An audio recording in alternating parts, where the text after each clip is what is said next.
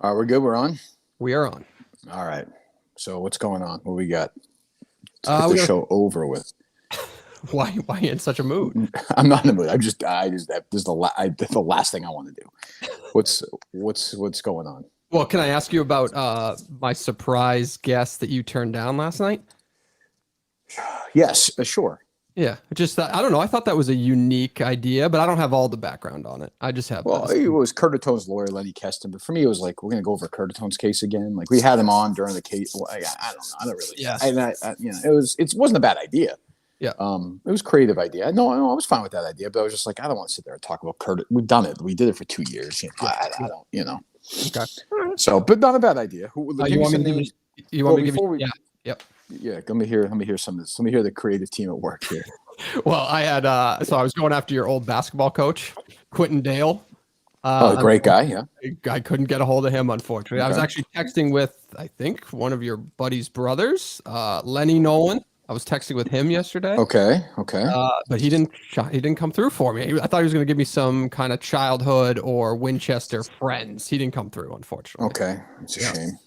Ellen Carabas couldn't make it, unfortunately. That would have been about a 3-minute interview. I think it would have been. Yeah. I was trying to think of not like everybody and their mother said Jerry Callahan, right? Like, and I didn't think. Well, we're not going to do that here. If we do it, we'll do it somewhere else. Correct. That's what I figured. Yeah. So I did that one. I tried to think of who else I didn't want to necessarily do the only fan that was in my head was actually Jon Stewart. I don't know how that one would have went. What do you think about that? That was not a bad idea. That was okay. I mean, we do like it. Everyone Yeah. All right. So we have a name. Yeah, we're just waiting on him. Well, give me a hint. Familiar name. You've done radio with him before, not often, only a few times. And it's a name you've brought up before, so it's a name. Yeah, it's a name you and I have brought up before. You've brought up as saying friend of the show, or good guy, or possibility. Great, wonderful. Yeah, good. Okay. We're waiting for this. I'm waiting for this person to come on my show here. Yes, I said this show could start anywhere between 9:15. Oh, he just texted. He's ready. So hang on. Okay, we'll talk about Milton's first before we do that. You go to Miltons.com to get all your clothes. Buy one, get one suit deal is going on right now. All the great clothes, your Vineyard Vines, your Tommy Bahama. I've been wearing them all week. I love Milton's. You should love Milton's as well. 2 locations, South Shore Plaza in Braintree, and Chestnut Hill Square, Chestnut Hill. Or again, online at Miltons.com, the original sponsor of this show, of me, of everything. They were the first ones to bless upon Podcast Jesus. So go to Miltons.com today to get a great deal, and you'll see us all wearing our Milton's duds. I may make a Milton's appearance before I pick up a special sock outfit for next week, maybe. I might do that. Go to Miltons.com, by the way, if you want to do that as well. Or if you're just a fan of the show, a fan of great clothes, or a great company, because that's what they are. We love Bill, Dana, and the crew. Go to Miltons.com today. I was actually talking to Bill yesterday and asking him what days would be good. So let's plan that out, because he said he's ready whenever we want to show up next week. Let's do that. Okay. Well, let's do that. All right. And by the way, next week, Wednesday night, I will be taping my next trivia matchup. I just found out. So wow. Me, Rico, and Jeff D. Lowe. And Jeff D. Lowe said, "One sec, I'm still on. But I'm going to read you the text. All right." Let me see here. Where's the Team Minihane thread? Next Wednesday will be versus Nate, Jack Mack, and Big Ev. So I think you have the Big Ev Rico matchup. Yep. Same niche categories, I assume, Jeff said. And I said, yes. And Rico Bosco said, 3 fastballs to the skip, Jeff. Stop asking stupid questions. Feed the ball to the big man and let him eat. So Rico is on board. Rico is on board. So we shall see how that goes next Wednesday night against Nate, Big Ev, and my buddy Jack Mack. So yeah. Who would have been a surprise guest that would have pissed you off if they sat in that chair today? Like you saw probably some of the names that I saw going around on Twitter. So who? I didn't pay much attention to it, but like it was. I thought of this as a Colleen Justin test, where if it was something where like the 8 Twitter people who hate the show but like you guys would make them happy, I would have probably fired you both. Yep. That kind of thing. So, and I think you guys aren't stupid enough to not be cognizant of that. Yes, that's an extra level of stupid. I don't even think you guys have hit yet. So I would say I didn't see one person name this person coming on. Yeah, is this person going to piss me off? I don't know. I think you guys have a good relationship, but I don't know too much about it. Yeah, I think it'll be fine. I think it'll be good. Who was your dream choice? Justin, who was your dream? Justin can hear us now or no? Yeah, I was thinking I was going to reach out to, before I knew that it could be, at first I thought you wanted him in studio. I thought having a KB Well, I did, but and Nick yeah. in would have been funny. They're a funny group of guys. Yeah, all the Barstool people were back to New York, and big dreams, Justin. yeah, Big dreams. like Riggs and Feidelberg were here for the classic, but I didn't know that was. I reached out to them, but they were already back, so they're already going. Yeah, we would have had them if I was here. I would have had them in, but we'll do that again. All right. Well, let's enough of the pussyfooting around. Let's. Are we going to see this person? I'm hoping so. He was just grabbing a cup of coffee, so he should be here any second. That's what he said. He said 2 minutes when we were talking earlier. So. What did you think of before? Because I don't know if you're going to get into it here. Did you make anything of the Chaps video yesterday?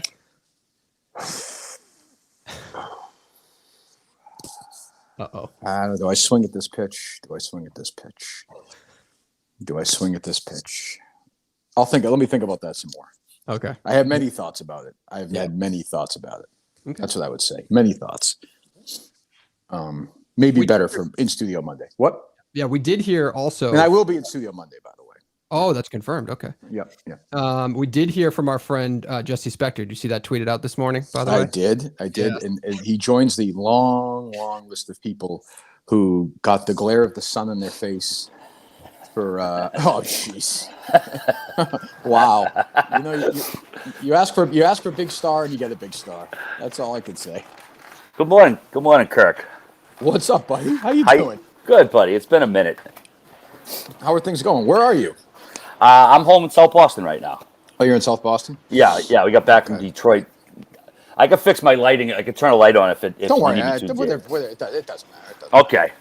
Yeah, home in South Boston. I was in Detroit last weekend. How was that? It was awesome. The street hockey tournament was incredible. We had hundreds of guys all over the place that flew in, drove in, and there wasn't even prize money. They just came to play street hockey. So it was a hell of a turnout. What are you darting around? What are you doing? Exercising? No, I don't think I would. I think you're not going to see that this early in the morning. No, I dropped my phone. All right. My buddy RA from the only show that is unified in liking me at Barstool is Spittin Chiclets. I think Mikey, RA, Biz, and Whitney all don't hate me, which is a rare thing at that company. No, we wouldn't like you, Kirk. Not even hate you. We like you. Well, okay. Walk me. So when I had you on the old show in 15 or 16, maybe, does that sound right? Probably, yeah. After a year or two, I can't remember anyway. So, but yeah. Fair. Were you doing? You weren't.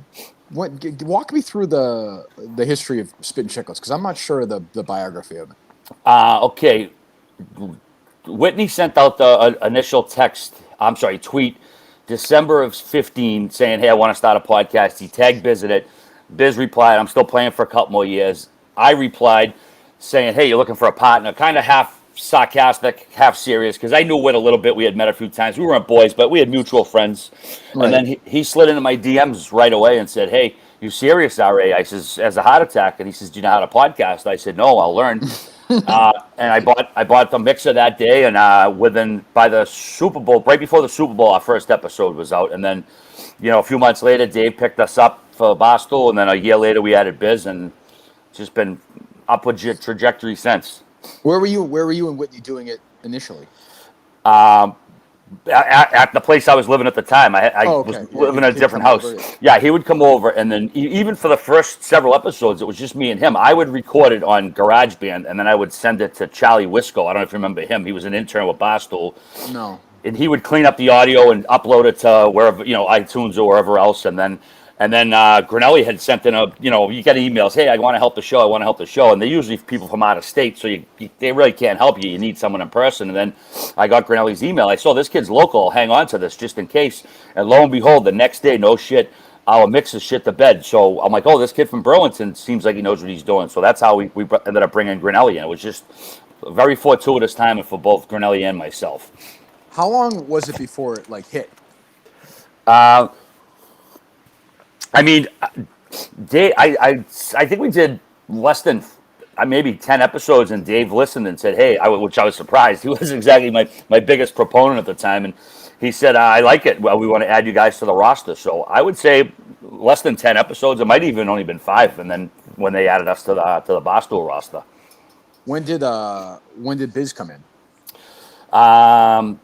That was maybe a year and a half after, I think, because Okay. we had him on as a guest a couple of times, and he was, Biz was very much unfiltered back then. Of course, he was swinging singles still, and I think that the mood was a little different. You could say a little more things and not worry about blowback as much.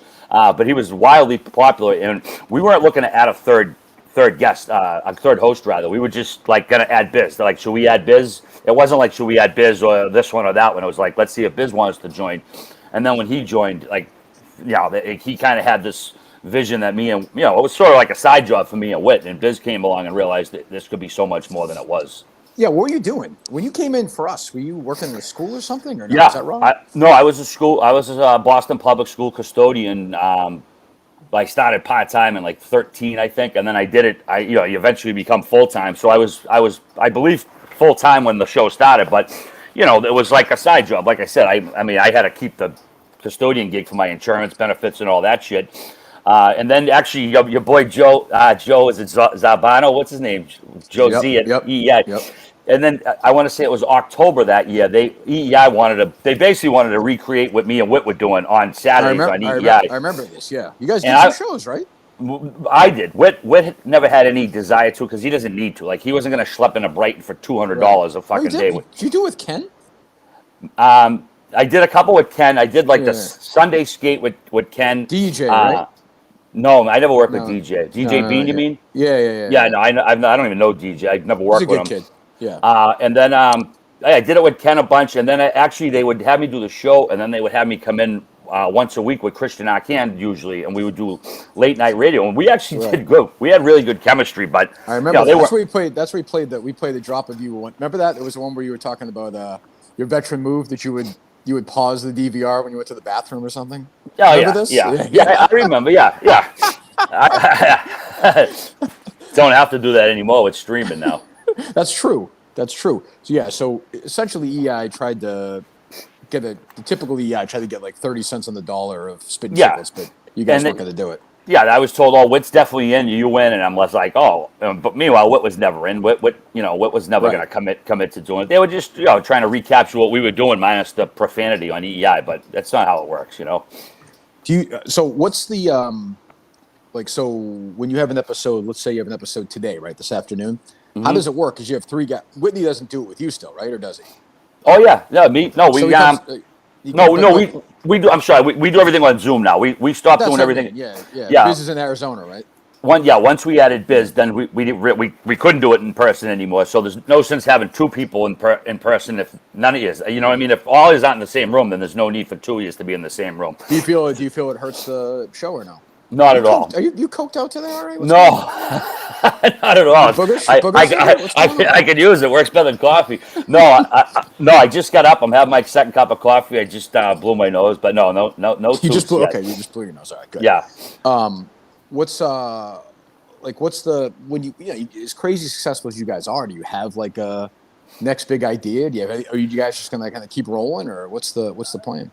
I think there's a lot of, if it ain't broke, don't fix it, Kirk. I mean, you can't really argue with the results right now. And I suppose there's always like, well, can we, be even better than this? But I think we got a really good formula that works right now. Like kind of the way we do the show with the interviews, it's kind of humming along perfect. So as far as plans, we basically just went into our dead sea. We just went into vacation. So any ideas will get tabled until September. So right now, nothing on the docket, but that doesn't mean they can't be by the time October rolls around.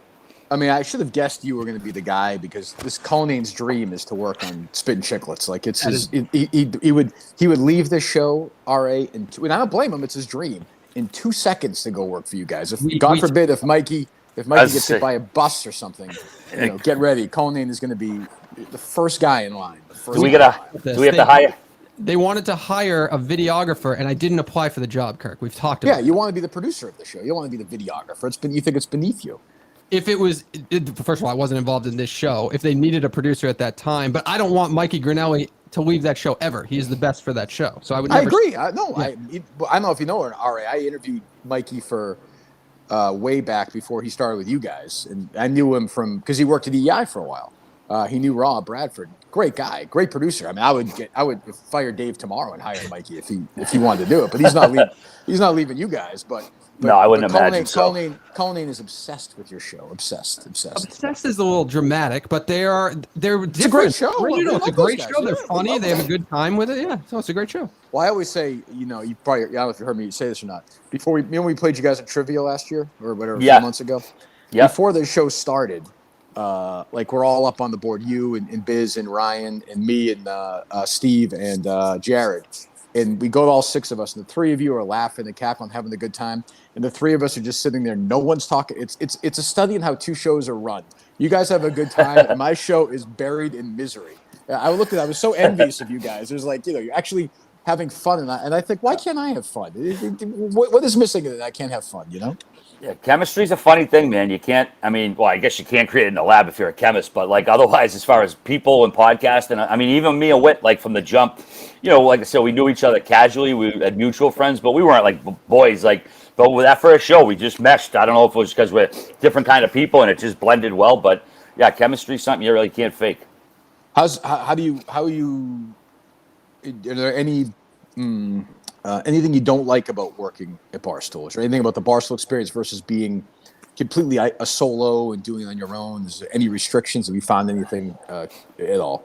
No, honestly, correct. I mean, I'm sure if I sat and thought I could probably come up with something, but no, I love the absolute liberation. Excuse me one sec. I don't want to do this on the air. I gotta. The hell is going on here? I don't know what he's doing. Blowing his nose. Sorry, I don't want to blow my hawker in your listeners' faces, and that's Why? You can do it if you want. Yeah, that's going to further the coke theories, but no, I honestly, I've never worked. I mean, not that I worked at a lot of creative places, but I can't imagine there's too many places that give you the creative liberty and creative freedom that we get. And I mean, the only rule is really don't fuck with the sponsors, don't mess with the sponsors, and you know, other than the obvious things you don't say in this day and age. But like, we never. I mean, we never get emails. We never get letters. Don't talk about this one. Don't talk about that one. So yeah, from a creative perspective, it's incredible what we're allowed to do here. I think you were like an early. I might have asked you this when you were in studio with us. I think you were like an early. You blocked me once on Twitter. Or you blocked Jerry once on Twitter. I think you were like very political early on. Is that wrong or no? I would say in the early days of Twitter. I mean, we're going 10 years. I was definitely That's what I'm saying. Yeah, I was definitely more political. I wouldn't say I would just tweet about anything. I would say, so including politics. I don't think I was a political tweeter, but I would tweet a lot more about politics. And then I realized it's like that's just useless. You're not going to change people's minds on the internet for the most part. I don't think I blocked Jerry. I may have. Blocking's usually not my thing. I go with the mute because then people yell into the void and they think you're just ignoring them. Meanwhile, you don't even hear them. But yeah, I mean, Jerry, he would call me out, say shit on the show, and I would bark back at him. If anything, I think he actually blocked me. Now that we're saying, that might be. Yeah, he blocked me. That's actually what it was. Pussy. That sounds more like him, pussy than he is. It's true. I'm starting to come around in your line of thinking. I hate to say it, like I was saying to these guys the other day about muting some words. I think I wanted to mute the word Mets on Twitter because KFC is annoying me so much. But I almost want to mute the word COVID now because like I have nothing. I don't have any thoughts left. Like I don't want to debate about it. I don't care about. They've won. They have beaten me down. Like I don't. You win, Uncle. I have nothing left to say about it. Nothing. You're over it. Well, yeah, and it's just like everyone's the argument. Like we get it. Like the left is on this side, the right is on this side, and no one. If you haven't gotten your vaccine yet, you're not getting it. Like it's over. There's no reason to have the conversation. Are you vaccinated? I am. Yeah, I am. Me too. And I didn't run out and get it. And I think a natural skepticism from the jump was fine. You know, like okay, this is relatively new, but you know, when you go to your principal care physician that you've been seeing for 20 years, and they strongly advise you to get it, it has nothing to do with politics. That's just your doctor saying, "Go get this done if you care about your health." I mean, it was as simple as that for me. You know. Sure, but I would also and I got vaccinated. But I also say, like, if somebody is an adult and they have thought about it and they think, I don't want to do this, I don't want to put this in my body, and they've thought about it, I'm not going to sit there and, like, yell at them either. Like, they're adults, and there may be ramifications to their actions, as there may be to us getting it 10 years from now. Who the fuck knows? Yeah, as soon as Bill Gates flips that switch and we all start going goofy. Let me ask you guys this. I swear to God, this happened to me. You know, when you go to if you go to YouTube, it has suggestions of things that you've looked at before. Like for me, it's a lot of Bruce or like friggin' movie scenes or whatever. I was thinking of something the other day, thinking of something. I swear to God, and that came up on YouTube. I swear to God, it's in my brain now. I think I'm now convinced. Where I said it out loud and they picked it up. I am convinced that somebody's watching me now. I know it. I know it. I mean, but in that same vein, Kirk, I think yes, someone's been on the internet for a while. It speaks to the level of misinformation and how people have options on what they want to believe now. I mean, we've talked about on the show as a joke, hypothetically. Obviously, with no internet, we wouldn't have jobs, but would the world be better off if there was never any internet invented? When you think of all the jobs, that have been lost, all the creeps out there who have violated people, it's an interesting question. But I think among that is all the disinformation out there. People, I saw it on my news feed. Well, where was that? Oh, on Facebook. Oh, you mean your curated news feed of your crazy relatives for sending you like fake website stories? But people see news and they think, oh shit, that's news, but it's not. Hey, 1 second. I'm gonna do SimpliSafe, Dave, or no? Yep, do something. All right. So is SimpliSafe.com/Kirk or is it KMS on? Because we did the scroll up thing this week on Instagram. /Kirk. All right, /Kirk. SimpliSafe.com/Kirk. You get 20% off. Is that right? Yep. 20% off right now if you go to SimpliSafe.com/Kirk. If you want your home safe, you could be like RA, who's jittery. Clearly doesn't have it. He's looking around. You think somebody's breaking in. I don't know. I'm always jittery, Kirk. You're making me nervous. No, I'm good. It's just early coffee. Okay. That's all. Okay. SimpliSafe.com/Kirk. Do that today. 20% off. You get your home totally secure. It's been a business for over 15 years. Millions of people have made their homes and businesses safer. You do that as well. You go to SimpliSafe.com/Kirk. Do it today. SimpliSafe.com/KIRK. Like I've talked to Riggs about this before. I think I've talked to Whitney, but it's hard to, as you know, like I've had Whitney on twice, on the phone a couple of times. You don't really talk to Whitney so much as you just say words to him and then he just screams for 10 minutes. But but with Riggs, I've talked about the idea of and Carabas, the traditional media and how they look at something like Carabas with the Red Sox or Riggs with golf. And with you guys, I think it's even different because you are the number one hockey outlet in the world. Like you are what, when I grew up, I wasn't a big hockey fan, but the hockey news was the biggest hockey thing in the world or something, right? Or the sporting news. Now it's you guys. And I do wonder how a 35-year veteran beat writer who's in his late 50s, early 60s now, how they treat Spittin Chiclets. Is it case by case, or is it are they stuck up assholes? How does it generally work? Yeah, I mean, I can't say I have a lot of interaction with beat writers. I don't go into the rink every day. I even mean just like on social media, do you have these guys kind of wagging their fingers or? No, I would say it's individual. Like a guy like Steve Conroy, who's been at the Herald for 30 years. He's very nice. I've seen him in the press box. Very, very cordial. We've chatted on Twitter, had some nice exchanges. And then you got someone like idiot like DuPont who blocked me 7 years ago because I asked him an innocuous question and he blocks you like a coward. Biggest cunt in the world. One of the biggest cunts who ever lived. There's no doubt about it. Is this C-Bomb Friday? Yeah, well, we're here. Oh yeah, let it fly. Yeah, I'll say that for someone else. But he's one of those, he's always, we had him on a couple weeks ago. We called him, he didn't expect us to call him, but I had his number. He's one of these guys, and I say this about the other beat writers. If you just played along a little bit, if DuPont went on your show, one of those old guys, and made fun of themselves and made fun of you, you know how far that would go? For their career too. It's common sense. No, he probably. I mean, he's a hall. I gotta get my quotes. Yeah, he's a Hall of Famer. Yeah, it's like I love how they say that when writers they're on par with Bobby Orr and Phil Esposito. He's Mike Bossy or something. Yeah, it's the same guys you get drunk with on the road for the last 10 years voted you in because time was up. That's really all it is. Some guys are way better than others, but a lot of it's just okay, this guy's number's up. Let's get him in here. So I'm not a big hockey fan. Is the state of hockey healthy? Is hockey in a good spot? It couldn't be better, Kirk. It's the state of the game is probably the best it's ever been, and the level of talent is incredible. Every team has probably at least one superstar, if not two. And this deal with ESPN, and I know people hate ESPN, and I've shit on them too for the way they've treated hockey over the years, but that's just because hockey wasn't their business partner. We know ESPN, if you're the NBA, the NFL, they're going to pimp your product first on SportsCenter. Well, now the NHL is going to be a beneficiary of that. They're going to be on the same networks as the NBA with TNT, ESPN. The cap's going to go up. The revenue should ideally go up. I think the NHL is literally in the catbird seat right now as far as potential dollars going up. I would have bet my life when I asked you that, Kirk, last week, what sports league or what team NHL was going to. I would have said NHL in a heartbeat, just because. I mean, Chiclets is the number one podcast, not sports podcast, but number one podcast in Canada, I believe. Right? Isn't that true? I believe so. Yeah. The caller daddy of fucking Canada. I know, it's almost There's almost 20 podcasts in Canada right now, too. It's unbelievable. It's unbelievable. We just passed the maple syrup one last week. You just beat that Nova Scotia Tourism Board podcast. It's a good one. But I think hockey's definitely the upswing too, and they seem like they reached out to that kid Josh Richards who does the show with Dave as far as getting the younger audience into the TikTok, because that's a key thing. These kids don't watch TV anymore. It seems like everything's kind of like getting highlights or streaming everything. And the NHL, if they can make some inroads with the young audience, I think they're definitely on the upswing here. I mean, it's a great game. There's no doubt about that. Did you feel bad? And by the way, I think I asked Whitney the same question. I didn't blame you guys at all. I don't think anybody did anything wrong, honestly. But when something with like the Roenick things happens, like what's when you're doing the interview? And as I recall, I could be totally wrong. You'll answer. You were there.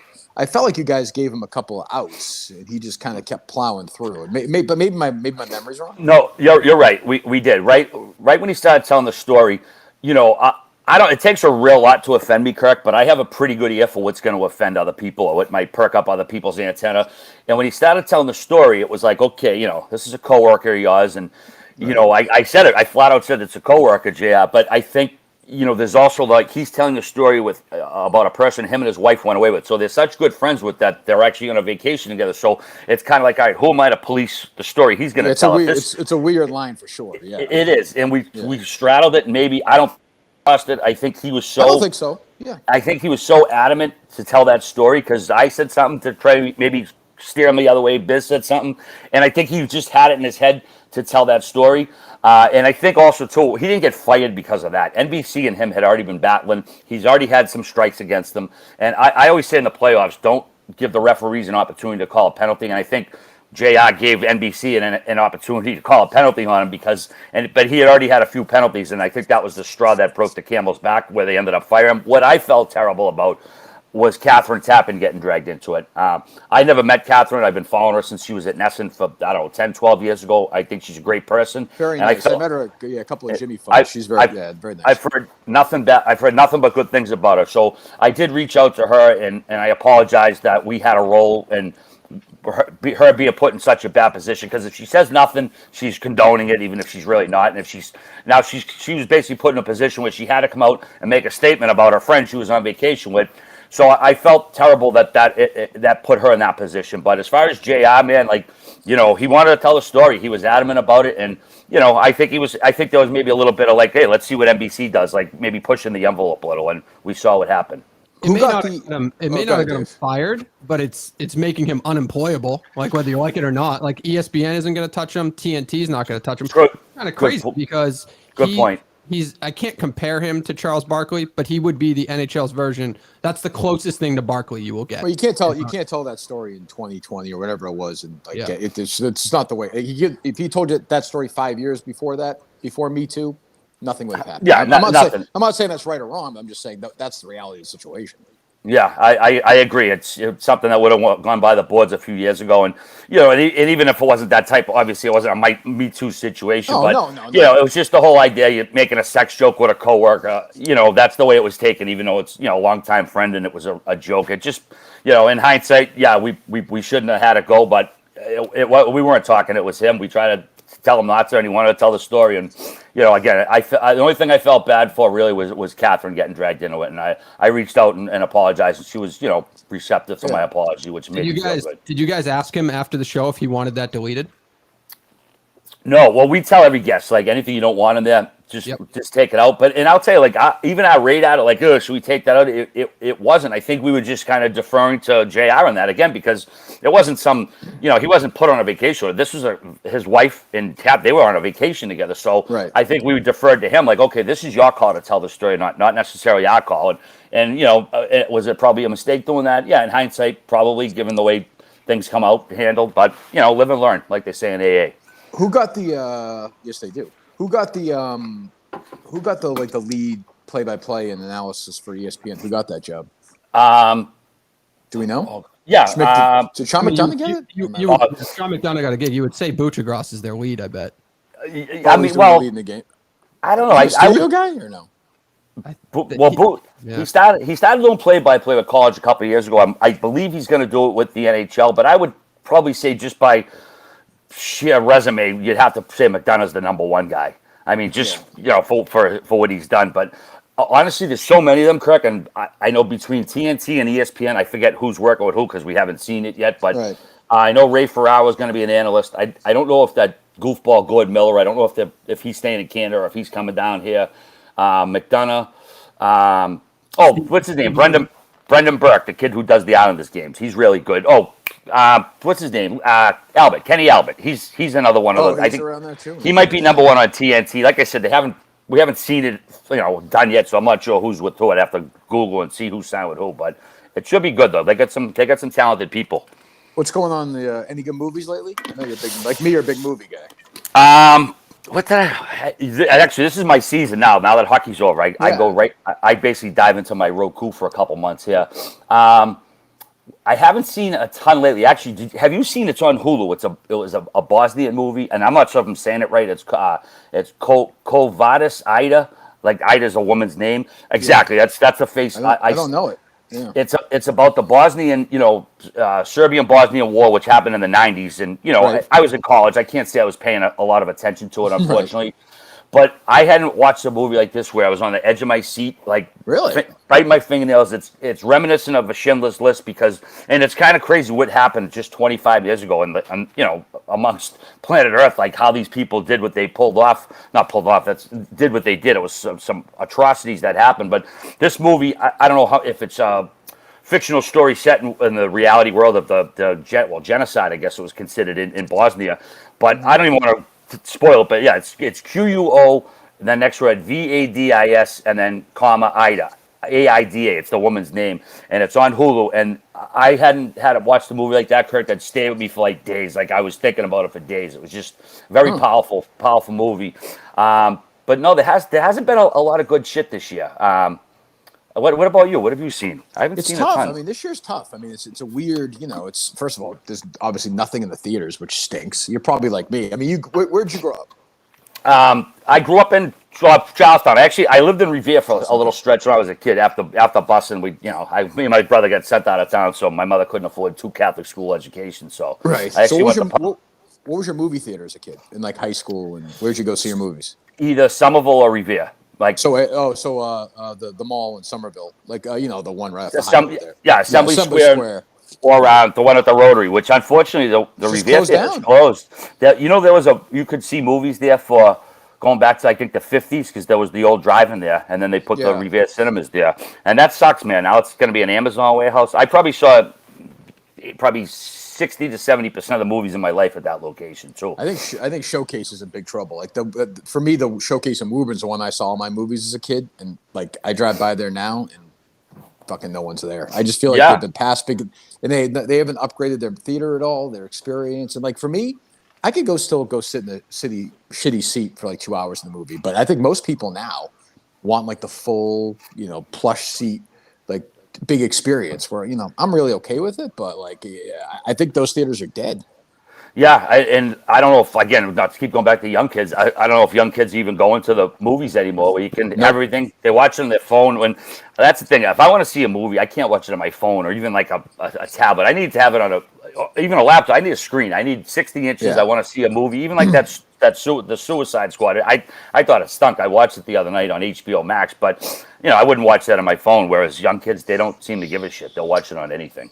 I also think like kids, like I have, my daughter and son are like, they don't, if I sit them down and we watch a movie, they'll watch it, but their life is not watching 2-hour anything, like nothing. It's 6 minutes. It's a YouTube thing or a TikTok video. Like they have when I was my daughter's age, like I could watch The Godfather, I could watch a 2.5-hour movie. I could watch Once Upon a Time in America, but like, for her now it's like, well, it's 4 minutes of, whatever Dream or Annoying Orange, and then just like, all right, movies I think 30 years from now are going to look so different. It's interesting. Yeah, attention spans have dropped. I mean, and also to cultural like literacy, I guess you'd call it, correct? I mean, well, we're roughly the same age. When we were kids, we might not have watched it, but we knew who, like, say, W.C. Fields were, or the Marx Brothers, or for sure, Chaplin. Chaplin. Chaplin. We might not have been familiar with their whole movie, what do you call it, filmography or whatever. But we were cognizant of who they were. These kids don't know who the fucking Beatles were, man. They don't know who Jim Morrison was. They don't know who anybody was, and it's like it's kind of sad, and it's almost not their fault because they've grown up with the phone in their hand for 20 years, and it's almost like they're inadvertent narcissists. Like it's not their fault. The world revolves around them because that's how they were raised. It's kind of screwy. And I hate to sound like I'm old, but like, you know, I think for me, music, like I would get it from my driving with my dad. Like he'd go see his parents sometimes on the weekend down the Cape and would listen to Oldies 103. And I'd hear the Beatles and the Righteous Brothers and Sam Cooke. And I'd be curious about those guys. And then I knew for Springsteen, he was heavily influenced by those guys. So I'd look at that. But like kids these days, and I know I'm an old man, but I have kids, so I have some experience.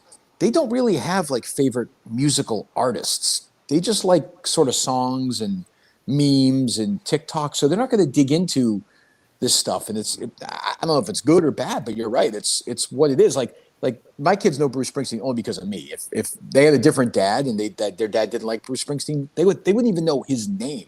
They wouldn't know. They don't know Neil Young's name. I don't know what that means, but it is strange for me. But again, I'm old, so. Yeah, I am too. I'm, whatever. I don't have kids, so at the end of the day, it probably doesn't matter too much for me. But yeah, it feels like there's something getting lost where kids just don't care. And hey, I mean, that's just the technology changes everything. But actually, one more movie I just thought of too. It's another foreign one, and I'm not like Johnny Foreign film over here. Look at you. It's called Bacurau. It's Bacurau. I've heard of this. Yeah, I've heard of this. Honestly, Kirk should have probably got a nomination last year. It actually came out in 2019, but I don't think it came out in North America because it was still eligible for the most recent Oscars. And it basically, the beginning of the movie is a woman goes back to a Brazilian village for her grandmother's funeral. Right. A bunch of odd things start happening.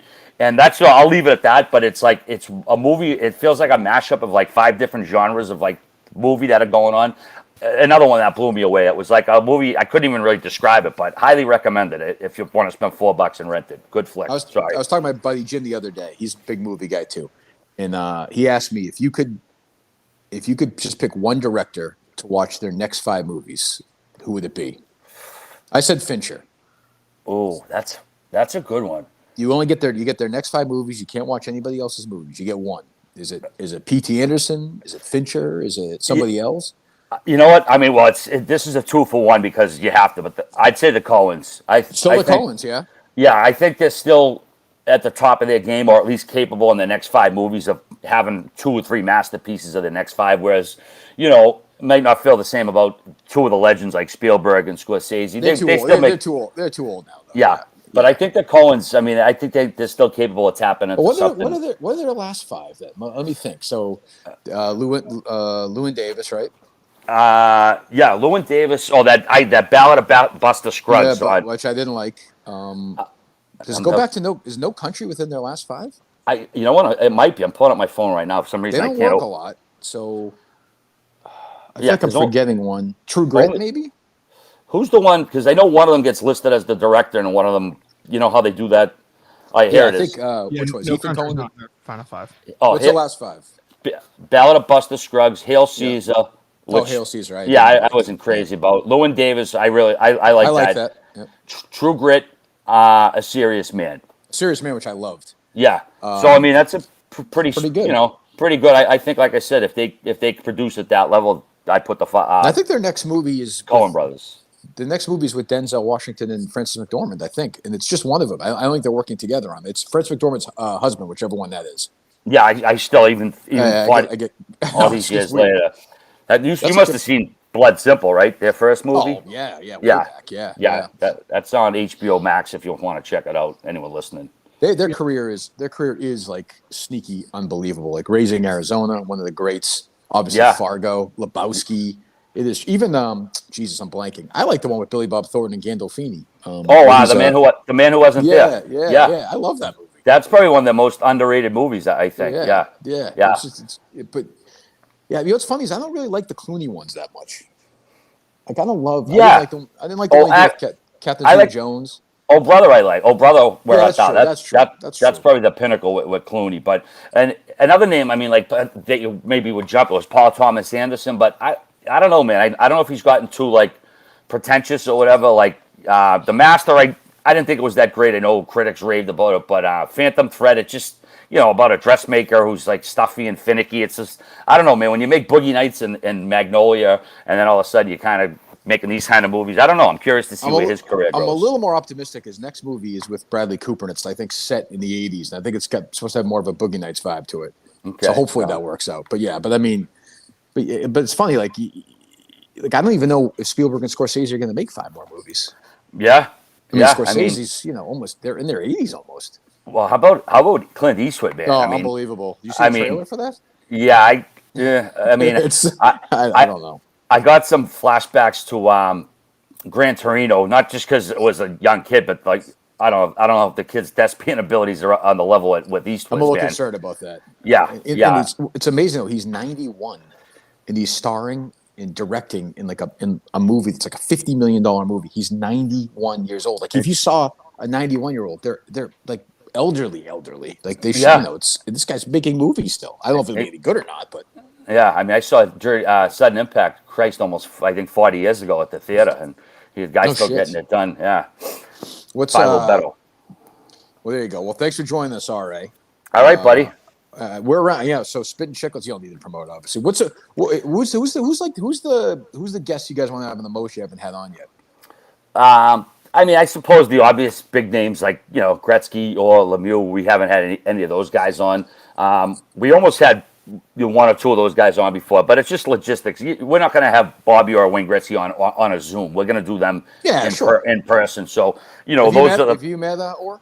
I've never met Bobby Orr. No, I've said this before because he got in some trouble. Not trouble, but did he support Trump last year? Something happened. He ran an ad in a newspaper for Trump. Didn't he do something like that? Yeah. So we did some stuff through the Jimmy Fund with him. We actually got to travel with him down to Florida a couple of times. I said this at the time. It's true. He's not the nicest athlete I've ever met. He's like the nicest human being I've ever met in my entire life, ever. It's crazy. Yeah, I've heard unbelievable. I've heard nothing but good things about him, and hopefully one of these days I'll get to say hello and shake his hand because it feels like it's been a long time coming. Was Whitney? Was he an agent for Whitney at all, or no? If it wasn't Orr himself, it was his agency that represented Witz at one time. Whit knows him pretty well. Yeah, I thought so. Were the Bruins your number 1 team as a kid growing up? Are you my age or no? How old are you? I'm 49. I think we're within a year or so. Yeah. So you grew up for all the Bird stuff too, then? Oh yeah. I wish I was. I wish I was 10 years older. Just like when you're a teenager, you have a shithead. You don't pay attention as much as you should. But yeah, I actually probably went to more Celtics games as a kid than Bruins just because of access to tickets more than anything. But don't you miss the Garden though? I miss the Garden all the time. God, I miss it.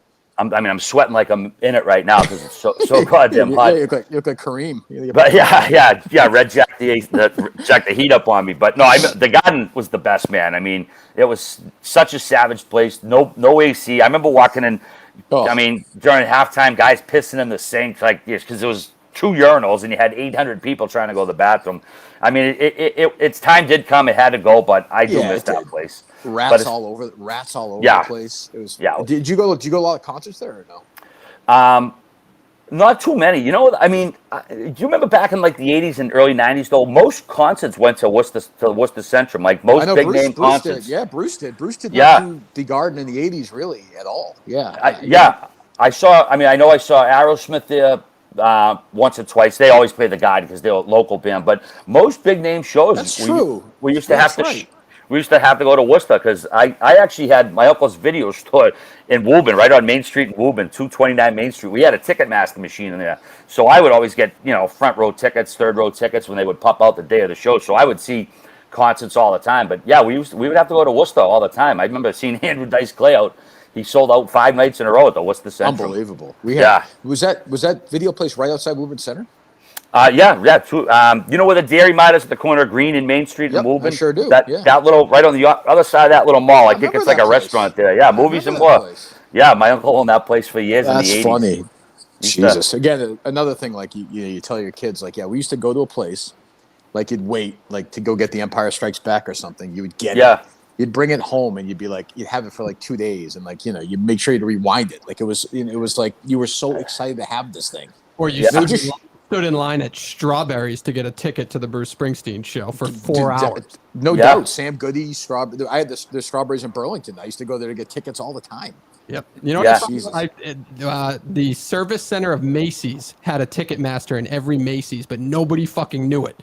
So that was like if you showed up to a Macy's to get a ticket, you'd always get a ticket. I Yeah, the learned one that. the Macy's, I think at Belmont. I think that was a Macy's as well, at Belmont Center. That's where I think it was Macy's where I got Springsteen tickets once. It's true, but yeah, well, all right, good. Yeah. All right, what's up? I would say back to your Bruins question. I like kind of like Bane. I was basically born into it. Like my parents, I mean, they've been divorced. They've been divorced like 45 years. But when I was born, they were season ticket holders. It's funny. My mother got pregnant in September of August or September of 71. So basically the whole 71-72 season, I gestated inside my mother as she went to all the Bruins games during the season. And I tell people like that there were 3 games of the Cup at the Boston Garden that year, and I was at all 3 of them. But I had obstructive view because I was in utero still. So I basically was just born into that whole fandom. So I've been a Bruins guy from day one. That was what it was for me in the Celtics. My dad split season tickets, and we had them in the 80s. And I went to all the, I was at the game where Bird stole the ball. I was at that game where it was 1,000,000 degrees. Oh, wow. And it was just like, and we were up on that section 114, J7 and 8. I still remember. You had to look one way to see the home scoreboard and the other away scoreboard. But it was the friggin' greatest place, like viewing experience to watch a game. Like the place was a shithole. But Yeah. It looked awesome. It looked like the court looked awesome. The place was unbelievable. I don't know. I miss it. One other thing, because you're my age, I grew up. I think about this too. When he died, I talked about this. Like for guys our age, like Marvin Hagler was as big as the Celtics and the Bruins and the he was like right there. Flutie and Hagler were like massive. Huge. When I wrote my obituary for Marvelous Marvin a couple months when he passed, I made sure to point that out because obviously young Hop is unaware of that. And did you watch the Four Kings documentary series on Showtime? I did. I liked it. I liked the boxing stuff. I didn't need all the Reagan stuff like during it. All the political stuff. And I thought Larry Merchant was kind of. I know he's been around the game forever. I thought he was a little disrespectful to Marvin, like just kind of saying he wasn't on the level. But it's like I don't know. I don't remember it that way. I thought he was as much a superstar as everybody else. I mean, he was on goddamn Punky Brewster for Christ's sake. You don't put anybody on Punky Brewster, Kirk. That's true. That's true. They rebooted Punky Brewster too. I think, right? Oh Jesus, I don't know. Did they? I think they did. Jesus. Well, all right. Well, we appreciate you coming in, buddy.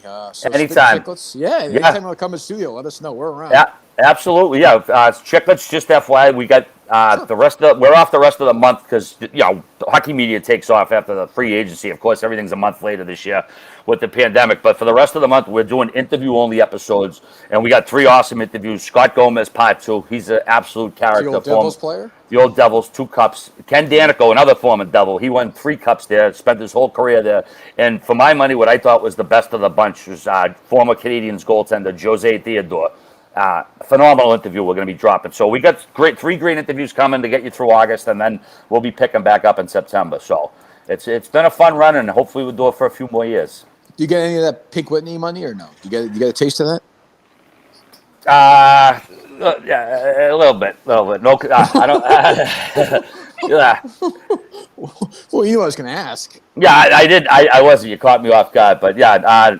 Well, I have no complaints about anything. I'll leave it at that. I'm sensing some dissension, Dave. I don't know. I'm a little concerned. Do I have to come in and save this thing? Well, they're a sponsor of the podcast too, so by default, he gets some of that money, right? That's true. I mean, I'm happy with the success of Pink Whitney. As long as it does good, everybody's happy. What is your current contractual situation? With Barstool? As far as when I expire or when do I?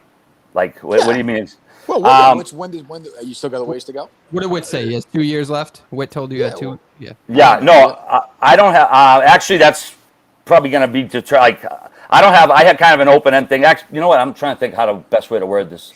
Are you happy with your current situation?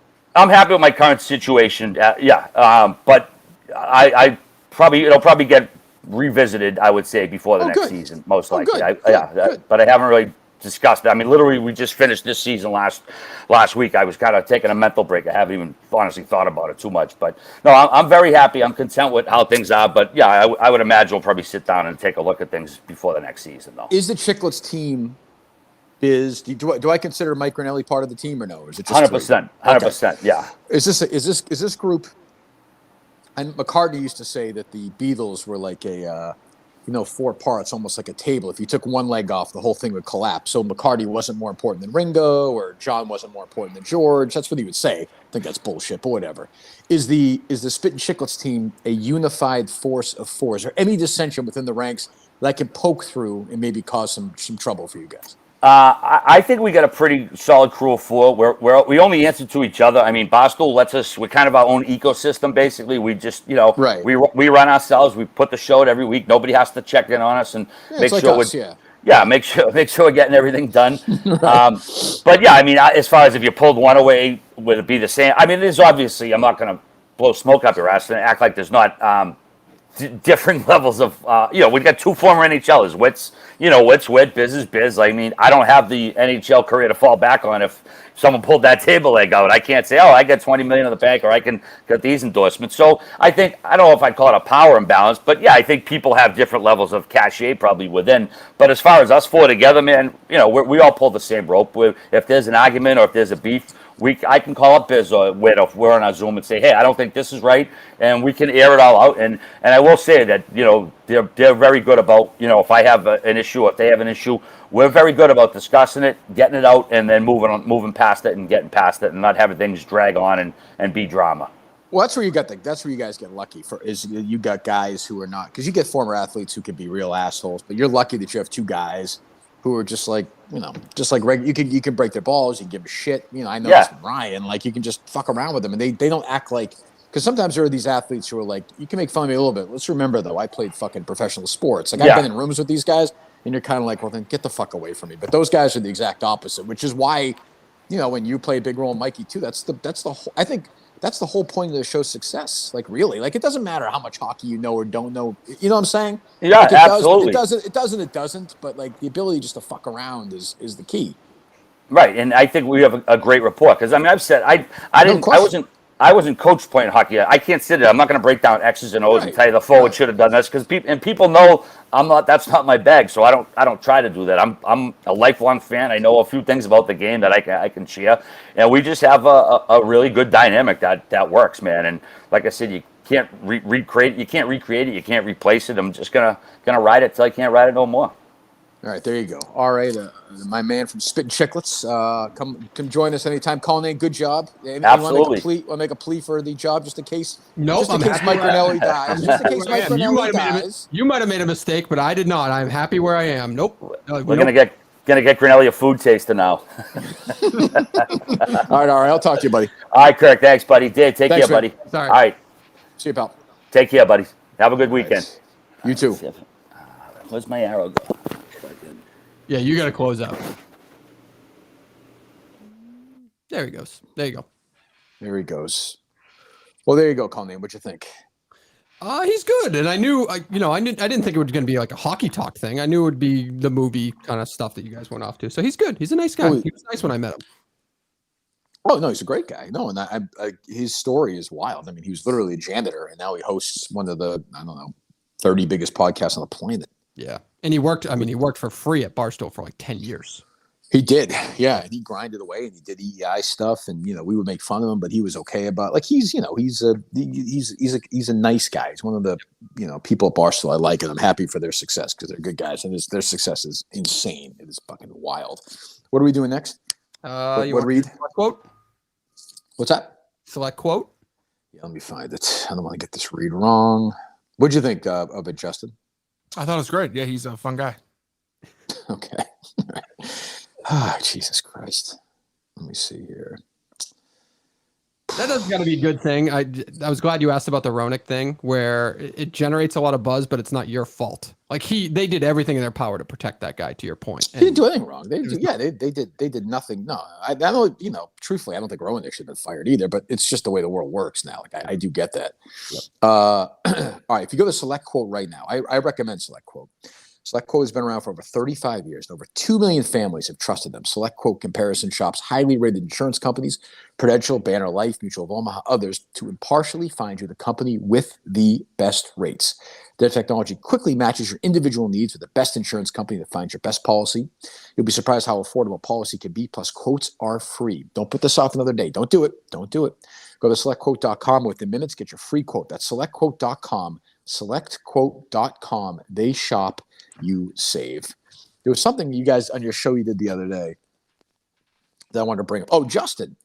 Yes. When you guys did your show the other day and you talked about how they call him Pave Dortnoy, the idiot, Yes. what's his name? And you were like, oh, I didn't want to bring that up. Why don't you just, that's a good point. Like that, you would have helped the conversation. Why was I hesitant? forgot about, realized it like 2 minutes afterwards. So they're the reason, and I never knew this. I thought they were being like trying to be funny. And so the reason that Deadspin people call him Pave Dortnoy or something like that, Kirk Minihane or whatever, is so they think that it's going to take like the searches of Dave's name. Like it's actually going to, if they actually use his name somehow, it'll make him more popular or something. Yeah. So they think let's say I'm just a random stoolie, and they think what I do is I go on the internet and I search up on Twitter Dave Portnoy, and then I scroll through the tweets to see who is shitting on Dave Portnoy. I suppose that may happen. Yeah. And then I go, hey, look, this Jesse guy is, talking about Dave Portnoy's minions. But I wouldn't think to say Pave Dortnoy. While all of Jesse's followers believe, like know who he's talking about, it's like not searchable. That's why they do like the bar asterisk stool sports. Right. Not the A. Yeah. Yeah. So, yeah. Jesus Christ. I mean, that's really successful. I mean, it slowed Barstool down a lot. It definitely slows him down, right? Because then Portnoy doesn't see it. He doesn't retweet it and talk shit about it. So it does slow. I mean, it actually is a decent idea. Do you think it's hurt like Dave's success? No, it hasn't hurt him, but I just from the social media onslaught that could transpire, it's not the worst. You mean getting like actual buzz and connectivity to something you tweet? I mean, that's why I like this guy Jesse Spector. I saw him tweet that we've talked about the whole week. I don't know if we've talked about it for more than 20 minutes, but either way, it's like this is what happens. Like I said before, we brought RA in here. Is that now he is like having a couple of days of a little bit of attention, and now he's just going to watch like 3-4 months from now. He'll mention this again. Yep. So he get another half day's worth of Twitter attention. He's getting, there's no buzz to his career. So this is what happens. But anyway, what else is going on? Nothing really. You didn't want to talk about the Chaps thing. What'd you think of the? I do want to talk about the Chaps thing. I do want to talk about the Chaps thing, but I don't. I'd rather talk about it in studio. I think on Monday, give it a little more thought. Yep. I'm certainly supportive of what his child is going through. 100%, absolutely. I wonder about the age of kids and using them. The execution of I'm not sure I'm all for that, but I'm not sure I'm not either. I'm still trying to. Well, I'm sure I'm not. I should say, but I'm not. I found it to be uncomfortable, which is okay too. That's uncomfortable is good.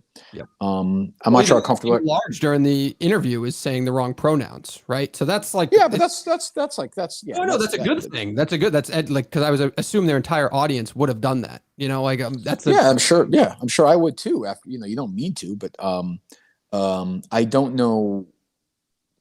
I guess I don't know if I'm comfortable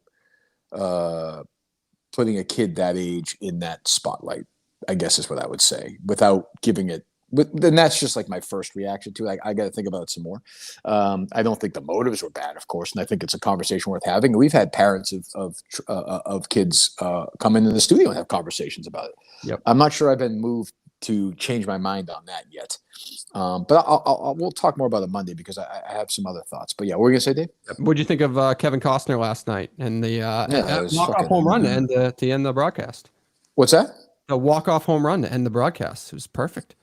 For the White Sox? I didn't see that. Yeah. They walked. Oh, we lost last night? Yeah, they walk-off Field of Dreams. I'm in the state where it's happening too. I don't care. I saw that it's fine, but I'm like, Jesus, can we build this thing up more? I mean, first of all, it's not even on the field where the movie happened. It's next to it, right? Yeah, they built a field. Like it's like, okay, you built a field. I don't know. Whatever. They all came out of the. He was talking about how like his best friend's an architect who built the field. I don't know. It was just very weird. I guess his friend built the field and he never knew it until right before he got there. I don't know. It was very weird. It became Kevin Costner night too, which was like, I don't know. Field of Dreams doesn't mean much to me. So I kind of I wasn't super into it. I watched like 2 seconds of that. I mean, I saw everybody tweeting about it. Like, it was the greatest thing ever. I put it on like, oh, they're fucking playing baseball instead of a fence is corn. Like, I don't, why is that great? I don't even No. Well, I just think, but MLB needs anything to get some buzz. Even Julie DeCaro was tweeting that, like all the MLB reporters who were sucking off, basically doing their PR for them, which is actually, she's right about that. But I saw White Sox Dave call her the worst person on earth. I agree with that, but yes, but like I actually agree with Julie on that one. Like which I occasionally do. I was kind of like, I mean, this is all it was for all the beat writers. Like, this is the greatest experience of all. Like, you're not in the movie. Like, this is like a for-profit enterprise. And they're like, oh, look at the players wandering out of the cornfields. I'm like, that's Aaron Judge. Like, it's not fucking, it's not actually Joe DiMaggio. Like, these are not dead people coming back. That would have been interesting. Yeah, but think about the MLB. All we do is complain about how baseball is boring. At least they put on a little show to it. Like, it worked. It worked. I'm just saying, for me, I got no problem with them doing it. But the media was like falling all over themselves. Like, I thought Carabas was going to have a freaking heart attack. They do that in every sport, though. Like, they do that with the NHL and the Winter Classic and like the views at wherever they're at. Like, they do it everywhere. So it doesn't really. I guess. DeCaro's point was like people should be focusing more on like MLB partnering with Barstool. Oh, that was her point? Yeah. Oh, well, that's different. Like, MLB does so much bad in the world, and they try to cover it up by doing a Field of Dreams thing. Oh, that's been in the works for probably 2 years, I bet. I bet that was like pre-COVID. Yeah, I don't think she put too much thought into it. Yeah, well, she's a moron. But yeah, the other thing in that, when you guys did the show the other day, is I do think, look, if it makes him happier or less paranoid or depressed, I'm all for it. But I mean, clearly Justin is on like 9 zillion antidepressants right now. The guy is a zombie. Like, I've been in rooms in facilities with people like that. I've seen that face before, and like I'm like, geez, I'm concerned. I'm just concerned about it. But if it gets him through the day, then I'm all for it. That's what I would say. If it affects his performance on the show, but yet makes him better in the day-to-day life, then I got no objections to that. No, I'm working on it. You're working on it. My first Justin check-in yesterday, just to make sure he was okay. That was my first. Why is that? What's wrong? I mean, not unusual. Just he normally gets back to me. He didn't, and so I just checked in. I just wanted to make sure. Working on something. Yeah. No, he had a good, and then he called me later. He had an excuse, but I was just checking. It was yeah. No, I mean, what were you working on? The rewriting The Empire Strikes Back, or what? No. I would never rewrite the 4, 5, and 6. Jesus, I'm not rewriting the Bible there. You wouldn't rewrite the Ewoks? No. Okay. Why if Leia? When Luke says to Leia, when he tells her that she's his sister, in Return of the Jedi. Yep. When she says, "I knew somehow, I always knew." Yep. Did she know that when she grabbed his face and made out with him in front of Han Solo in The Empire Strikes Back? I mean, yeah, things are different then. I mean, okay. Well, but yeah, you also got to forget she's royalty too. I mean, what do you mean by that? Like, people fuck their cousins and brothers and sisters in royalty all the time. Oh, you thought but was she still royal even though her planet was gone at that point? Yeah, I mean, she's still Princess Leia. All right, I guess. I don't know. Fine. All right. What were you working on yesterday? I was filming a couple of things for Socko. Okay. Dave, you been part of any of this yet or no? No, we actually both decided that our skits are better for us to do individually for our ideas. Well, there's a couple that need to be collaborative. But that you have? Yes. Yeah. Okay. Are you using anybody else other than you two or no? I am. And Mike? Anybody else other than you and Mike and Dave? I am. Okay. How about Dave? For mine are not. No. Well, actually, maybe. Yeah. Okay. Yeah. So I saw Dave say also on this, and I don't mean to build up this wrap-up show because it's generally awful, but but Dave was saying that at some point, Justin, that he didn't have any script ideas, like he was just going to freestyle it. Like, what are we doing here? Well, I mean, I think I said that on this show. I said I have the basis of the idea, but I think the humor in it would become. I don't know if I can script the humor in it. I don't know. It's probably not going to be funny anyway. And you can't script humor. I don't know. I've never written a script for anything like that. Like, I've never written. Well, I'm saying, but sketch. obviously, people do script humor, though. I'm saying. Yeah. I mean, I have the base of the entire thing, and then I just didn't know how in the weeds I would get with my script. That's all. Well, I just thought we should have somewhat of like a written outline rather than just being like, well, this is the idea. Let's start recording and go for it. Because I think that would. This thing's a week from tomorrow, right? Am I wrong? You know it. What? I said you know it. I do know it. So I'm right. It's a week from tomorrow? Correct. What time are you getting there, Dave? I'm going to be there super early. Crazy. You are? Yeah. I'll just be there. Yeah. You got to test a lot with the tech, and because that's just how I am. Just All right. Justin? Yeah, I'm planning on being there at maybe 8 to 10 a.m. That's quite a window. Yeah. Are you guys are you both staying there that night or the night before, or are you just coming and going? No, gonna No, go I'm home. just gonna Yeah. go home. It's not that far of a same. drive, right? No, it's easy. It's like 2 hours. There'll be no. Yeah. Now would not. Yeah, it's not worth going Friday because it's gonna be a fucking disaster traffic wise anyway. But Saturday will be. If you go up there in the morning, you'll breeze right up. Yep. I think it'll go okay. We got Mike there, and we'll see. Do we need anybody else to help us or no? Or because last year, Justin, are you gonna take the Corano role from last year or no? I think Dave said he could be able to do the Corona roll. Is that correct? Oh yes, for that. Yeah, for the video portion. Yes. Yeah. You can. Yeah, that's gonna be okay. Yeah, but Carano's gonna be there. Craig's gonna be there. So Craig. they both reached out to just say they'll be helpful if needed. So yeah, I think we'll be. I don't want Craig participating in the show. I really don't. Like I'm all set. Why do you? What's the Craig deal? I don't even. That's like the random dad at a little league game who's like, yeah, I'll help out. Like we're all set. We got 3 coaches. Go sit down and watch your stupid kid. Yeah, but he's a producer. He produces podcasts, so I mean, it's good that he knows he knows the technology. That's all. I want him to produce his body in front of the truck on Route 1. I want to see a truck run over his fat ass. I do not want him helping the show. How many interactions have you had with Craig? I don't think I've ever met him, but I'm just saying I don't want him. Right? I've never met him, have I? He was in studio once. Remember? Did I meet him?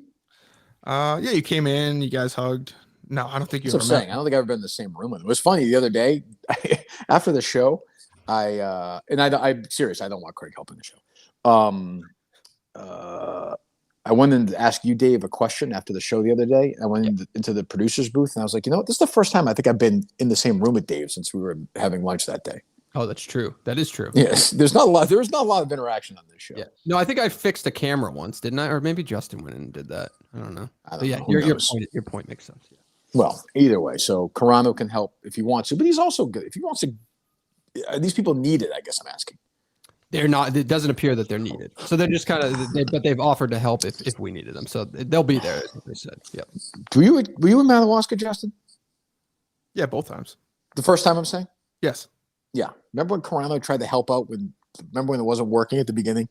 Yes. And Carano darted up and he tried to save the day and everything. It's like, fucking sit down. Just fucking sit down and drink your friggin' whatever he was drinking. He was drinking like a strawberry friggin' daiquiri or something. It's like just fucking a mudslide. I saw that picture. A mudslide, yes. And it might have been, and it was just like fucking, But he's a very nice guy, and it seems like he's doing okay. When I talked to Jerry the other day, it seems like the partnership is going fairly strong. Yeah, they're getting a lot of good feedback from what I see on Twitter. So I've talked to him a couple times. Him and I are becoming close friends. Oh, is that right? Yeah, we chatted yesterday. I was texting Steve and I had a long text back and forth yesterday. Oh, nice. About what? Somebody he doesn't like at Barstool, who tried to get him fired, was in the news a little bit. In the news a little bit. So we're texting back and forth about that and some older stuff that he had done in the past. So yeah. But he's doing okay. He's actually doing all right. Good. Yes, he's doing fine. Well, anything else going on? What else we got? Nothing crazy. We never talked about the kind of the fallout from the Jeopardy host. I don't think you care about it, but everyone's complaining that they hired a white guy who was already, basically went on a search and picked himself. Well, I actually have one thought about that, but let me talk because this Justin thing made me thought about BetterHelp. You may not be feeling down and depressed. You may not. You might not feel like you're at a total loss, but if your stress is high, your temper is shorter than usual. You can feel that happening. I talk about that little feeling in my chest all the time. Talking to somebody who's outside of your sphere, somebody who doesn't really want to judge you, doesn't have opinions, just wants to listen to you talk, and you get it out. It is invaluable. Invaluable. And that's where BetterHelp comes in. You can unload that stress and just get it out. Talk to someone who's completely unbiased about your life. BetterHelp is this customized online therapy that offers video, phone, and even live chat sessions with your therapist. So you have to see anyone on camera if you don't want to. Much more affordable than in-person therapy. And you can start communicating with your therapist in under 48 hours. Unload the stressors with your therapist and get some unbiased feedback. You'd be pretty surprised you might gain from it. See if it's for you. This podcast is sponsored in part by BetterHelp, and our listeners get 10% off their first month at betterhelp.com/Kirk10. That's BetterHelp.com/Kirk10. Yeah, who'd they hire? The producer, what's his name? Mike Richards, I believe. And then they're having Blossom too. I don't know what her role is, but she's a part of it. She's doing primetime specials, is what I read. So she's not doing the night in, night out Jeopardy. Oh, okay. Interesting. So she's doing primetime special. Is she that like- likable to be like the prime time? Oh, I guess Big Bang Theory was huge. How likable is Mike Richards? I don't know. Yeah, that's true. Yeah. I mean, who the fuck is Mike Richards? Yeah, but Mike Richards is going to be on every single night. You're going to develop the rapport there. You With know what her. I call him, Justin? You know what I call him on Twitter, Justin? Dick Cheney. Reich Richards. That's what I Oh. call him. Yeah, I don't want to deal with it. Why would I call him Dick Cheney? Because he was in charge of finding the next host of Jeopardy, and he chose himself. Oh, like the Cheney vice presidential search with Bush? Yes. Why don't you text me that? So I could have had that joke. Well, because you asked me, what do I call him? Why don't you? Yeah, but you should have thought of 30 seconds when he talked You about got to it first. you got to should give have that to the joke. talent. Okay. Yeah, you got to give it to the talent. It's like having fucking Robert De Niro in Awakenings as your goddamn fucking joke writer, just sitting there staring straight ahead. But the thing is, like, I saw that like, oh, they hired a white guy. Like, I like LeVar Burton just fine. I watched one of his Jeopardy episodes. Like, he sucked at it. I you know, like, everyone's like, oh, they wanted LeVar Burton to get it. I get that. Like, everyone loves LeVar Burton, fine. But like, he happened to suck at hosting a game show. Yeah. That happens. It's not easy to do. You know, I don't know. Yeah. I mean, I didn't see LeVar Burton specifically, but I would think a show like that, I don't know. I would say you have to, it would take a little time to replicate kind of the magic that Alex Trebek had. I don't know. I don't think. Well, they're never gonna have that. No. That show's never gonna be the same. Yeah, No, I think no this chance. Too. I think this guy's got some past issues too, some workplace issues. I think I read a little bit. Oh, is that right? Yeah, women in the workplace. So I wonder if that comes up, if that develops. Oh, a little Jesus. more. It was I'm something stunned. like he didn't give like pregnant women time off or something like that. Oh, something. Yeah. Okay. That's not great.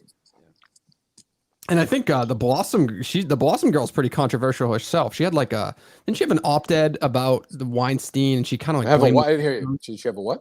she had an op-ed in the what did I say? I thought you said opt-ed, but yeah. Oh, sorry. She had an op-ed during the Weinstein stuff, and she like kind of went on this blame the victims kind of tone. Really? Because she was an actress. I don't know. I remember something along those lines, and I think she's anti-vax too. You know what Joey Lawrence would say that if she said that on Blossom, Justin? Yeah, there you go, Dave. All right. Well, There you go. Isn't Joey? Yeah. Well, anyway, I don't know. Well, I think Joey Lawrence should have got the job. that would be great. What can you do?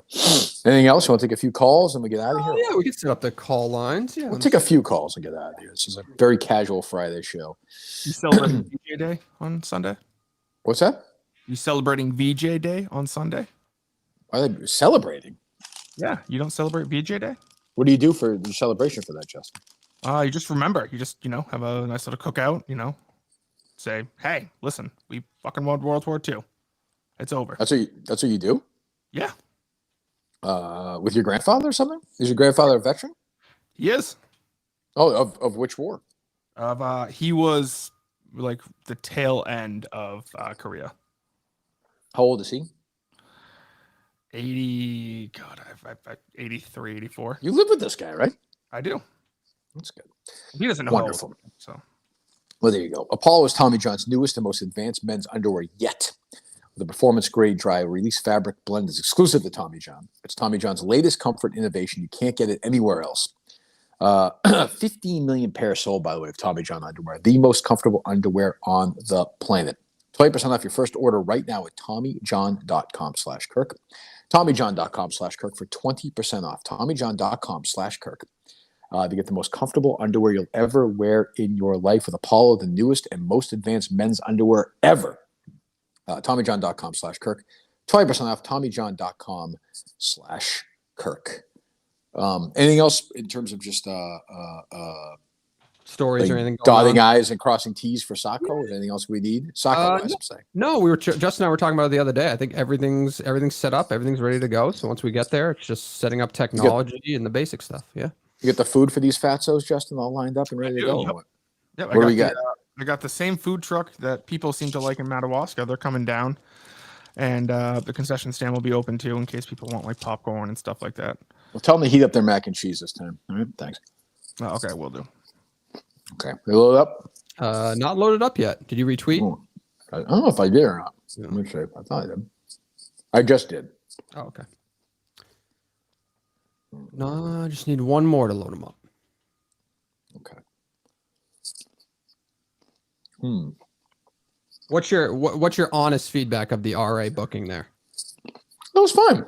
All right. Is that like along the lines of what? Why would I be? Why would I be? You think I would like be dishonest about the booking if I didn't like it? Yeah, I'm not dishonest, but you're not gonna be an asshole to RA because you're kind of like in that middle ground where, like, if I recommended RA to be the Friday sitting guest, you would have said no. But here, because I think no. If you'd said RA for a one-off for a Friday, we'd give it a shot. I don't have a problem with that. Okay. No. All right, we're gonna take these calls or no? We can take a call here. 860. 860. You're on. What other names did you have in mind, Justin, for these calls? I mean, for the guests, rather. Oh, they just dropped. Just like Tim McCanton, I thought might be fun, but he wasn't available.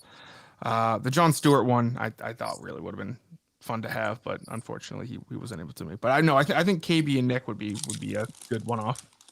Yeah, well, I mean, we could do that next time in New York if that ever happens. 858. Can you hear me? Yeah, Turkey. Mm-hmm. Hi. It's Stick Reeves. It's who? Stick Reeves. Christopher Reeve? No, I'm kidding. Rick. It's Rick Steves, dummy. How are you? Hello, Rick. How are you? Just a quick question, Turkey. John called a few weeks ago about musicals. I was wondering how you thought about the Clint Eastwood Lee Marvin musical, Paint Your Wagon. Paint Your Wagon? It's not one of my favorite films. No, it's not one of my favorite films. You know, Gene Seberg was in that film, Kirk. Oh, is that right? Yeah, and you know what state she's from? Iowa? Iowa's right. There you go. Listen, Kirk, are you going to make it to Italy? I don't want to listen to We you. haven't been Yeah, to we're Italy. done with it. All right. Am I going to make it to Italy, did he say? I don't know what that meant. Yeah. Okay. Let's see. What was up with the early start, by the way? You heading out early? That's exactly right there. Yes. Yeah. I'm heading back to the great state of Massachusetts. 7:75. Hey, I just had a thought on the Podfathers podcast the other day. Yeah, go ahead. So I haven't listened to it yet, but I'm Well, gonna you should probably listen to it before you make a prediction that it's Sure. good back and forth. There's counterpoint. And yeah, he wouldn't have someone on just to tell him what a loving father he is. You know, and No, it's and Big Cat, he's not going to go on there just to be Dale Arnold and say how brave. That's not how it's going to go. I haven't listened to the whole thing either. I suspect that there was not a lot of dissension in the room during the conversation. Not that there has to be necessarily, but trying to think how to phrase it. I think there was an awareness that there was going to be a lot of applause on Twitter. How's that? Yeah, I would assume you're accurate with that. Yes. Yeah. That's what I would say. But I mean, to be fair, I hate Chaps. I think he's a fucking asshole. So I really do. He's like a putrid, what he did to Steve was such slimeball dog shit. But he'll hide behind. I thought you guys worked through those issues. No. No, I hate his fucking guts. Like I'm happy for his kid that his kid's happier and healthier and feels better. No question, I'm all for that. That's irrelevant to whether or not I hate the guy. I hate the fucking guy. 781. Turkey, Mm-hmm. what's going on? Is this KB? KB. What's up, KB? Yeah, How you what's going doing? We got him, Justin. See? There we go. Not bad. What's new with you? Justin, how you doing? Doing great. Yeah, I'm over in Dedham right now. You're in Dedham. Yeah, I'm at the store. I'm at a Banana Republic. You're at the Banana Republic in Dedham? Yeah, I've been here for about an hour. I'm trying to decide on what shirt to get. Oh, I might need maybe. Yeah, sure. What are the options? You're not working today? So I get this. I'm on my break right now. I'm on my lunch break. That's a long lunch break and an early one, and you're getting a shirt? Yeah, it's my new job, But anyway. Sure. No, I'm sorry. I didn't mean to get. Yeah. Shirt with Right. A red shirt with a killer whale on it, and then there's a green shirt with a sea lion on it. I just can't. I've been here for an hour trying to pick. I don't know. I like green on you better. I like green on you, KB. I like green. I would go green. I've heard that before, so that makes sense. Yeah. Coming from you, it means a lot. Well, thank you. Yeah, no, it means a lot that you would ask me. You go with the green shirt. How's everything else going? Feeling good. You know, I'm over in this area now. Mm-hmm. I'm out of Hingham, so good. Right, Hingham. Okay. Yeah, right. That wasn't great. Is it the commute? I mean, the commute hasn't worn you down at all? No.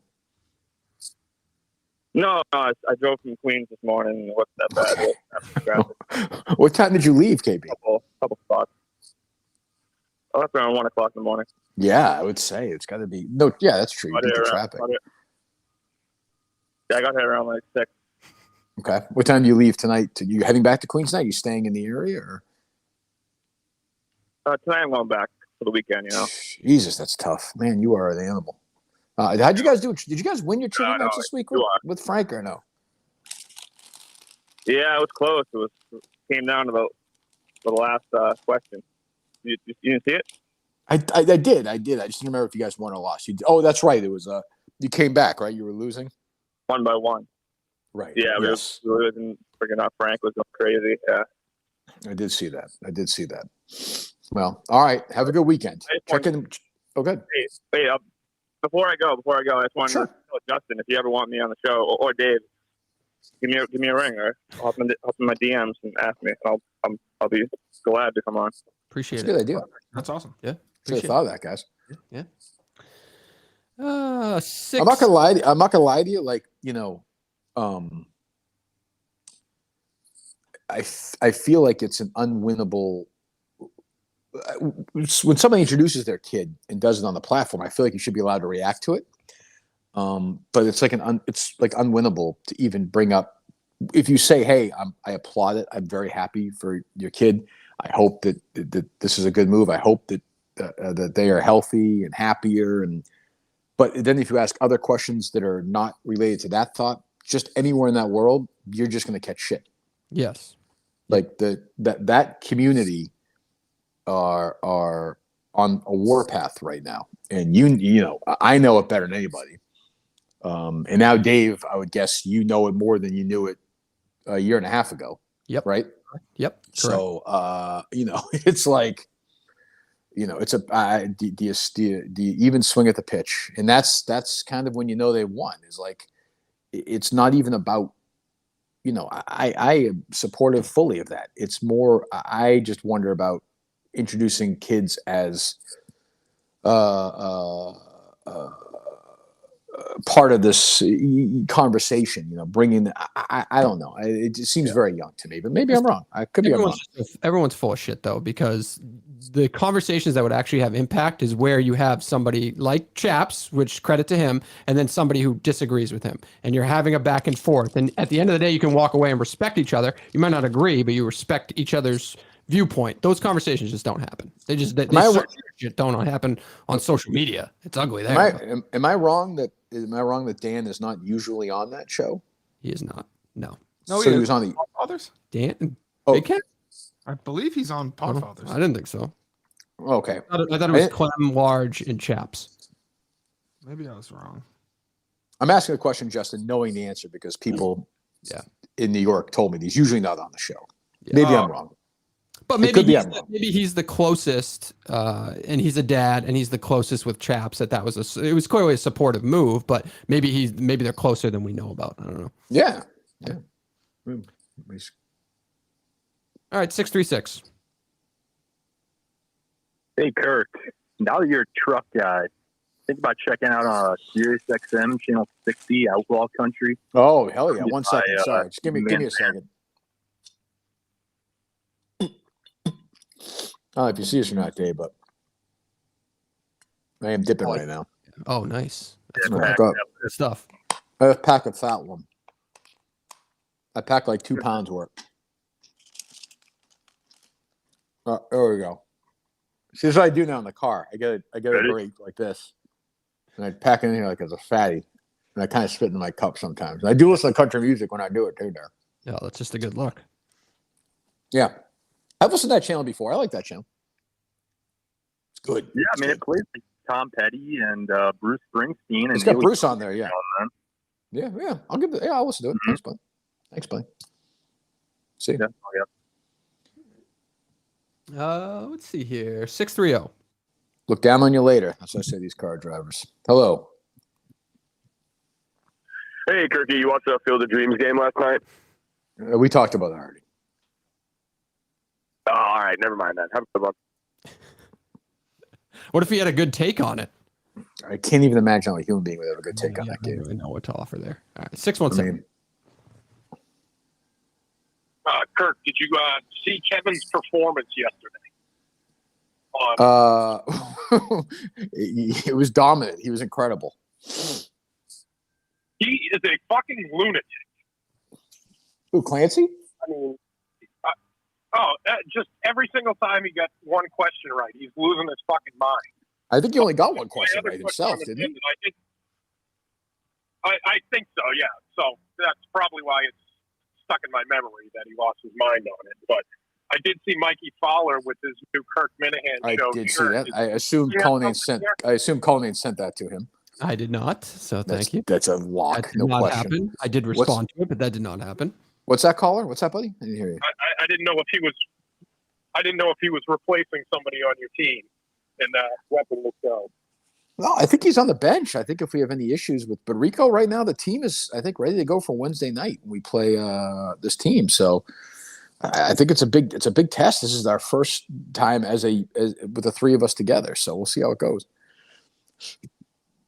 And it's not going to be Brandon Walker since he's a baby and requested like 4 months off because he hasn't gotten anything right this year.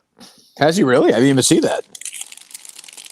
I didn't know that. All right, thanks for the call. I don't need to get into my new shit.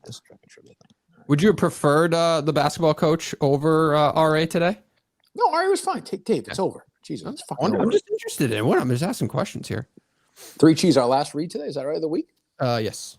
3Chi, number 3Chi.com. Use code Kirk21. You receive 5% off your order. It's the industry leader at Delta and THC product. All product formulated by a biochemist and made in the USA with USA-grown hemp. Federally legal version of THC is a more functional alternative to marijuana. Amazing buzz and great body feel with a clearer head and less anxiety and paranoia. It's available, as I said, the number 3, CHI.com, and the retailers around the country. Must be 21 to purchase. 3chi.com, the number 3, CHI.com. Kirk 2021 at checkout. Receive 5% off your order. Let's take one or two more and call it a week, please. Right. I mean, Hey, gentlemen, it's Eric here in Texas. How y'all doing this morning? What's up, Eric? How you doing, buddy? I'm doing good. I know you're a fan of the movie Sideways, and I assume you read the book. Did you hear that they're making a musical out of it now? I did read that. I think, I'm not up to. I have no interest in that. I don't understand. It's not. What songs can you possibly make out of that movie? I mean, you could do it for, you could do it for anything, I guess. It depends on how you look at it, right? I mean, if they make it into a music, Virginia Madsen could have a sad, lonely song, and he could, I guess. I mean, it's going to be fun. Musicals are terrible anyway. Yeah, I didn't get it. I just didn't know if you'd heard it or not. All right. I did hear it, yeah. All right. See you, buddy. 603. Hey, Kirk, when are all these dopes that call you going to realize you don't want to be asked how you're doing or how's it going when they first call? Just got to get to the fucking point and be done with it. They're nervous. They're excited. It's an exciting. You may be different, and I think Dave and Justin have seen me so much now. But there is, when you see me, and you'll see it in Sacco, a level of nervousness and excitement to be in the same room with me. I can respect that, or talk to me on the phone. It's an incredible experience. I talked to Dave on the phone the other day for almost 15 seconds. It was very exciting. It is an intimidating process to have that. I called him, and then I could not get off the phone fast enough. Yeah, I knew. And you brought something else. You brought something else. I'm surprised you called. I thought you would have texted that issue. I was driving in the middle of nowhere, Iowa, and I was like, because I felt bad because you always say to stay. I don't have to stay on the end of this now, right? You should, but just like a minute, nothing too. But crazy. Pure class. I forgot, and I called to say, hey, I wanted to make sure it was okay. You're right. I appreciated that. All right, what do you want, buddy? 914. That's it. You gave up on the New Hampshire guy, just like that? He dropped. He wanted to just say that and then drop. Okay. Maybe it would have been cool to have Tom Cruise in the studio today, but you know what? That would have been a mission impossible. Oh, there you go. Anyway, Love it. Not bad. William Not Cosby, Kirk, I'm just giving you a call because given where you are in the country, I feel like I owe you. Not bad. 2 for 2. Here in Iowa. I got you. Anyway, I'm gonna open up for you at the Wilbur. That's all I got. Actually, I'm taking a shit right now. But why do they call it taking a shit? I'm really releasing one. You know. I'll open for the Wilbur for you. See you tomorrow. Okay. Yeah, good. Look forward to it. I'll see you tomorrow. All right. They dropped off, so we're good. All right, good. Anything else from you guys? No. We're both working on filming the stuff for Sacco. We have a wrap-up show coming out tonight, and that's that. That's it. Okay. Well, thanks to RA. We're back Monday in studio so we got Mike, and Chris next week. Does that sound like the usual? Are you confirming Chris for next Friday? Is that what you want? Sure, if he wants to come in. I mean, right. I feel like with Carabas, this is not like people I think are taking this as a Carabas hit. I just think during the baseball season, the guy has got 50,000 fucking things going on. It's almost like, if he can come in once in a while during the baseball season, great. But I don't, he's legitimately busy. Do you think people help him with his Twitter account? Like he tweets out 1 million highlights. I don't think so. I don't know that, but we could ask him. He would tell us. Yeah. We're not hiding it. Yeah. I don't think so. Do you think so? That's just a lot of work. Like I give him credit for doing it. He literally is like the face of baseball on social media. So the MLB partnership is smart in that regard. Yeah, I don't know. Yeah, it's actually interesting. I would be very surprised if he had somebody else, but maybe he's like an intern or something. Yeah. Oh, the only thing I actually was going to bring up. Did you hear the guy who gave who was giving people shit about or was giving Barstool shit about MLB and he went on with Dave, right? He went on with Dave. He was boring, but at least he went on. Yeah. Somebody does it at least, but that's a rarity. So at least he came on and did it. All right. So next week we're back here Monday with Mike. Everyone, all the boys will be in studio. All right. So go listen to the wrap-up show, whatever it is, from Justin to Cully. Is that right? I guess so. Yes. Yeah. Is that right or no? That's right. Yep. Is that a play on the motion picture with Kelly Clarkson? Yes. Okay. There you go. Fantastic. Thanks to the sponsors, and we will talk to you on Monday. We are good. All right. All good. All right. Thanks. Yep.